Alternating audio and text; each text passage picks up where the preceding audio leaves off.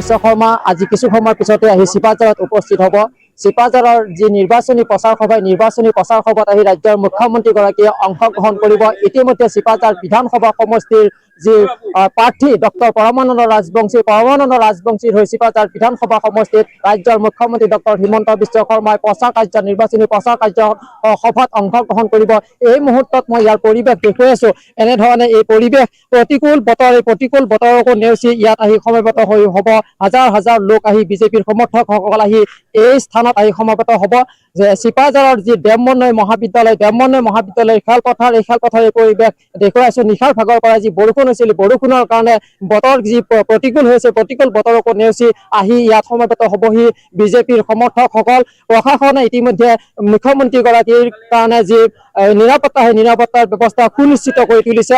স্থানীয় যি জিলা প্ৰশাসন, দৰং জিলা প্ৰশাসনৰ ফালৰ পৰা মুখ্যমন্ত্ৰীগৰাকীৰ প্ৰশাসনিক যি নিৰাপত্তা সুনিশ্চিত কৰি তোলা বুলি আমি জানিব পাৰিছো। আৰক্ষী সূত্ৰৰ পৰা ইয়াত বিজেপি কৰ্মকৰ্তাসকল উপস্থিত আছে। তেওঁলোকৰ পৰা আমি মন্তব্য মুহূৰ্তত আমি সংগ্ৰহ কৰিবৰ কাৰণে আমি প্ৰয়াস কৰিছো। আমি সকলোকে নমস্কাৰ জনাইছো। যি আমাৰ ভাৰতীয় জনতা পাৰ্টিৰ যি আজি আমাৰ চিপাঝাৰ সমষ্টিত আমাৰ স্বনামধন্য মুখ্যমন্ত্ৰী ডক্টৰ হিমন্ত বিশ্ব শৰ্মা আহি আমাৰ পদাৰ্পণ কৰিব। তেখেতে নিৰ্বাচনী প্ৰচাৰ চলাব।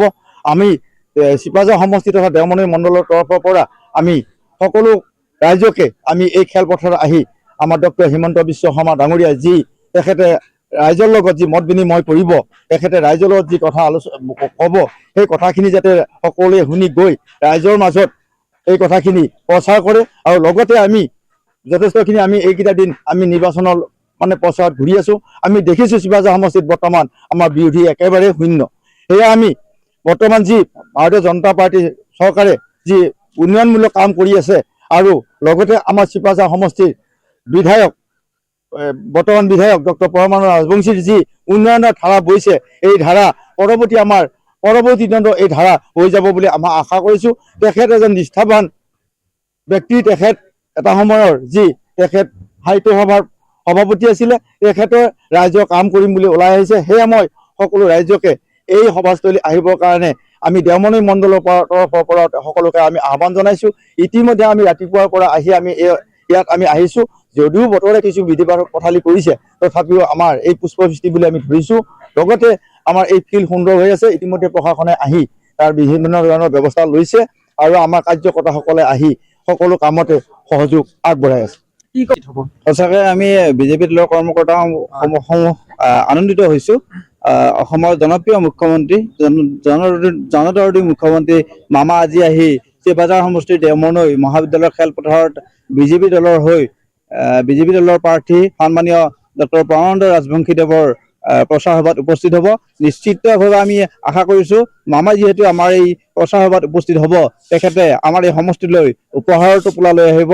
এইখিনিতে মই ক'ব বিচাৰিছোঁ, আমাৰ যোৱা সময়ৰ জনপ্ৰিয় বিধায়ক ডক্টৰ পৰমানন্দ ৰাজবংশীদেৱে এই সমষ্টিটোত উন্নয়নৰ ধাৰা অব্যাহত ৰাখিছে, আৰু আমি আশা কৰিছোঁ এইবেলিও তেখেতে বিপুল ভোটত প্ৰায় 50,000ৰো অধিক ভোটত জয়ী হৈ আমাৰ এই সমষ্টিত আৰু পুনৰবাৰ উন্নয়নৰ ধাৰা অব্যাহত ৰাখিব। এই মুহূৰ্তত আমি আপোনাক ধন্যবাদ জনাইছোঁ। এই মুহূৰ্তত আমি আছাম তথা টেলিভিশ্যনত আমি দেখুৱাই আছোঁ এনেধৰণে যে ৰাজ্যৰ মুখ্যমন্ত্ৰী ডক্টৰ হিমন্ত বিশ্ব শৰ্মাক আদৰিবৰ কাৰণে চিপাঝাৰ বিধানসভা সমষ্টিৰ যি দেৱমন্বয় যি মহাবিদ্যালয়ৰ যি খেলপথাৰ, এই খেলপথাৰত আহি ইয়াত সমবেত হ'ব।